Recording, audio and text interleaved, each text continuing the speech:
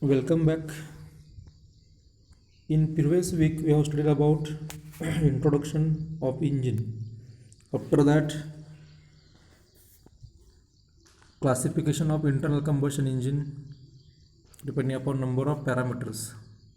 Again, we have discussed about engine components and their function. Again, we have discussed about engine nomenclature. After that, we have discussed about working of 4-stroke petrol engine and working of 4-stroke diesel engine. Similarly, working of 2-stroke petrol engine and working of 2-stroke diesel engine. After that, we have studied about the difference between spark ignition engine and compression ignition engine. Similarly, the difference between 2-stroke engine and 4-stroke engine. Now, we have discussed about air standard cycles. Now, why these cycles are necessary? Because we have to analyze the engine. Analyze means we have to calculate its performance. That is, performance calculation means what? We have to calculate its efficiency. In engine, the processes are very complicated. When the fuel is induced inside the engine, after that fuel gets burned, and after burning, the processes are very complicated. So for the simplicity and for calculation purpose, we have to analyze the cycle with the help of different, or we have to analyze the engine with the help of different cycles. So in internal combustion engine, the conversion of heat energy into mechanical work is a complicated process. As the heat energy converted into mechanical work, this process is complicated because we don't see the combustion inside engine cylinder. As the working fluid passes through the engine and combustion of fuel takes place, complicated chemical, thermal and physical changes occurs. Friction and heat transfer between the gases and cylinder walls in actual engine make the analysis more complicated, because in actual engine always there is a friction between number of engine components, always some amount heat is rejected to surrounding. Due to that, this analysis is complicated. So to examine all the changes quantitatively and to account for all the variables creates a very complex problem. The usual method of approach is through the use of certain theoretical approximations. The two commonly employed approximations of an actual engine in order of their increasing accuracy are, so first one is air standard cycle, and second that is called as fuel air cycle, or it is also called as actual cycle. So these two cycles give an insight into some of the important parameters that influence engine performance. In the air standard cycle, the working fluid is assumed as ideal gas, that is air. The values of specific heat of air are assumed to be constant at all temperatures. So this ideal cycle represents the upper limit of the performance.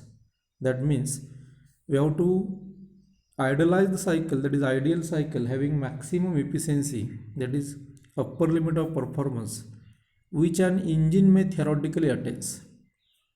One step closer to the conditions existing in the actual engine is to consider the fuel air cycle. This cycle considers the effect of variation of specific heat with temperature and the dissociation of some of the lighter molecules that occur at high temperature. So these two cycles, that is first one is air standard cycle, in which we have to make the standard assumptions and that engine have the maximum performance, and second one is actual, that is air fuel cycle, in which we have to consider the some actual processes happen inside the engine. So the first one is air standard cycle. So we have to analyze this cycle. So for this analysis of this air standard cycle, some assumptions are made, that is some standard assumptions, like the working fluid in engine is always an ideal gas, or it is a natural, or namely that gas is called as what? Air. That gas should be a ideal gas which obeys all the ideal gas laws. Second assumption is a fixed mass of air is taken as the working fluid throughout the entire cycle. That means throughout the entire cycle, whatever the mass of that working fluid remains same. There is no any change in the mass. So this is second assumption.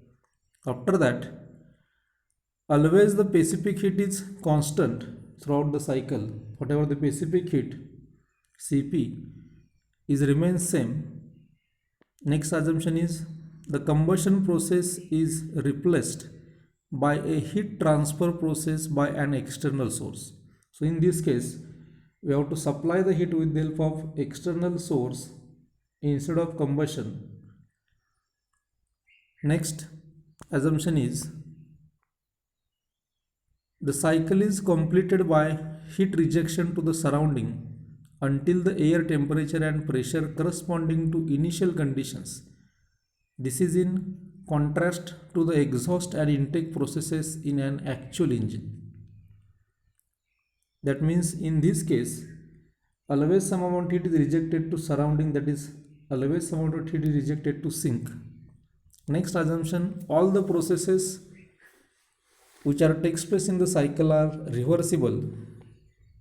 Next process, the compression and expansion processes are reversible adiabatic, that is called as isentropic processes. Next assumption is the working medium does not undergo any chemical change throughout the cycle. That means during suction, during compression, after combustion, that is during the exhaust, whatever the chemical composition is remains same. The working medium does not undergo any chemical change. Next, the operation of the engine is frictionless.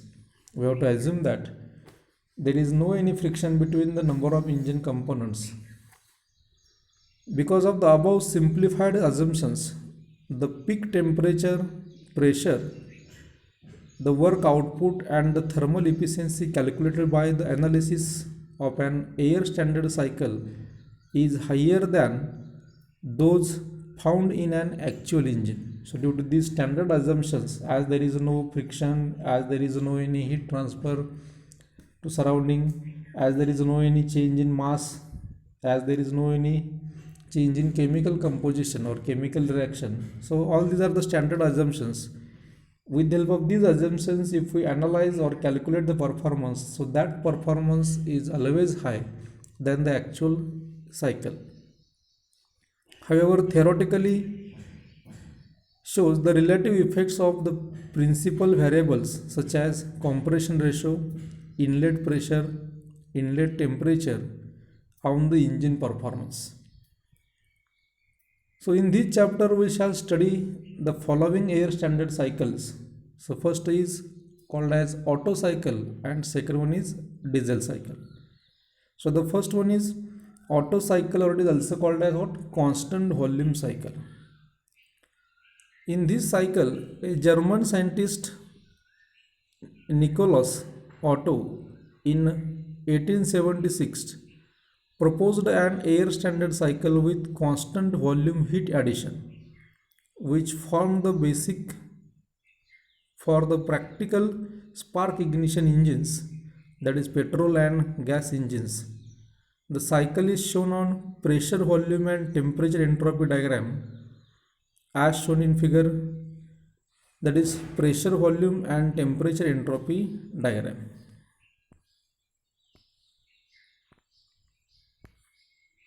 So in this diagram, if we see the pressure volume diagram, so from point 1 to 2, this process indicates compression of air inside the engine cylinder. So this compression process is a reversible adiabatic, that is isentropic. Next, from 2 to 3, there is a heat addition from the source, and that heat addition must be takes place at constant volume. If we see the line 2 to 3, that line is exactly vertical, that means volume is remains same, that is V2 is equal to V3. So at constant volume heat addition takes place. So after the heat addition, these gases or air try to expand, and there is expansion takes place from 3 to 4. So as there is expansion, pressure decreases, volume increases, that is from point 3 to 4. Again this process is reversible adiabatic, that is isentropic. So after expansion, last is 4 to 1, that is heat rejection, that is heat is rejected to surrounding. So again this heat rejection process is at constant volume. If you see the line 4 to 1, that line is exactly vertical, that means at constant volume, that is V1 is equal to V4, heat is rejected to surrounding and the cycle is complete. So in this cycle we have to neglect the suction and exhaust processes, because in actual cycle or in actual engine there is a suction takes place and exhaust process takes place, but theoretically the suction and exhaust processes takes place at atmospheric pressure, so it represents a single horizontal line. Okay, so this line does not consist any area, so for the simplicity purpose we have to neglect the suction and exhaust process. Now see the temperature entropy diagram. So in temperature entropy diagram, from point 1 to 2, as the compression of air takes place, its temperature increases. Now this compression process is reversible adiabatic, that means that process is also called as isentropic compression, that is from point 1 to 2, S1 is equal to S2. As air gets compressed, its temperature increases, that is from point 1 to 2 temperature increases. After that 2 to 3, there is a heat addition takes place from high temperature source, and that heat addition process takes place at constant volume. So at constant volume, heat is added during process 2 to 3. So after heat addition, next process is expansion. Again in expansion process, that process is reversible adiabatic, that is called as isentropic expansion, that is line 3 to 4. If you see this line is exactly vertical, that means entropy remains same, that is reversible adiabatic process is also called as isentropic process. So S3 is equal to S4, that is expansion of air takes place. So as air expands, its temperature decreases from 3 to 4, and that process is reversible adiabatic. And last process, that is 4 to 1, during this process heat rejection takes place. Again that process takes place at constant volume. At constant volume, heat is rejected to surrounding. So as heat is rejected, again its temperature decreases from 0.4 to 0.1, and the cycle is completed. So this is pressure, volume and temperature entropy diagram for Otto cycle or constant volume heat addition cycle.